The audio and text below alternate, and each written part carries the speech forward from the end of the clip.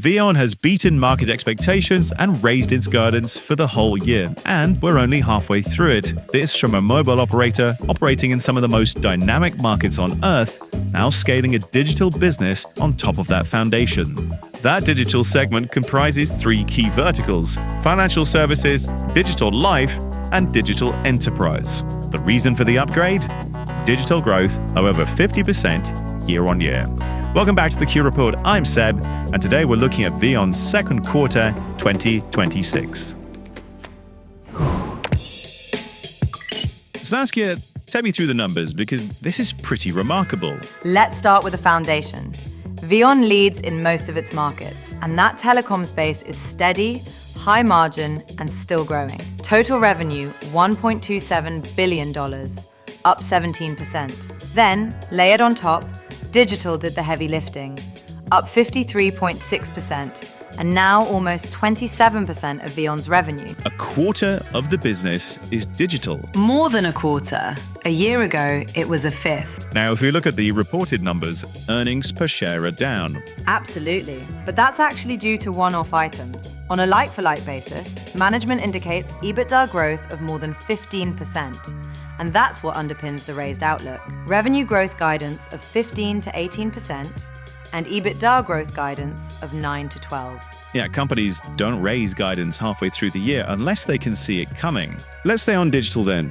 Growing fast is one thing, but is it making money? That's the big story this quarter. Digital EBITDA is up 66% and margins now north of 36%. This is a business that's generating cash. So how has a phone company evolved like this? It starts with connectivity, 151 million mobile customers. Then you layer on the things they'll use every day. Payments, entertainment, a ride, a doctor, becoming a self-reinforcing flywheel. And the moment a customer takes more than one, the math changes.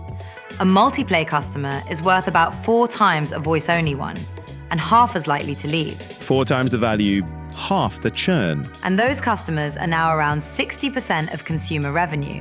The more they use, the more they're worth, and the longer they stay. Every one that adopts another service strengthens the whole group.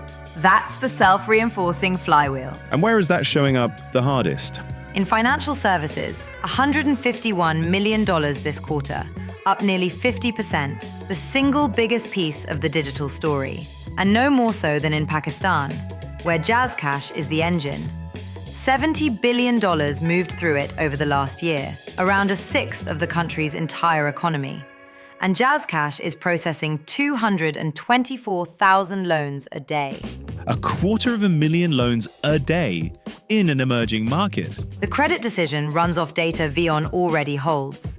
How you top up, how you pay. It takes seconds and it reaches people the formal banking system was never built for. That's financial inclusion at real scale. And they're building on it too. There's a new partnership with Mastercard and the recent acquisition of TPL Insurance. And Pakistan, of course, is not the only market carrying this. No.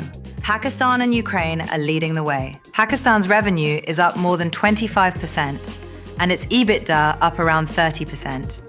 And Ukraine, we're talking about Kyivstar, still growing. They're diversifying their energy infrastructure through the acquisition of solar plants, and the digital side keeps building on top.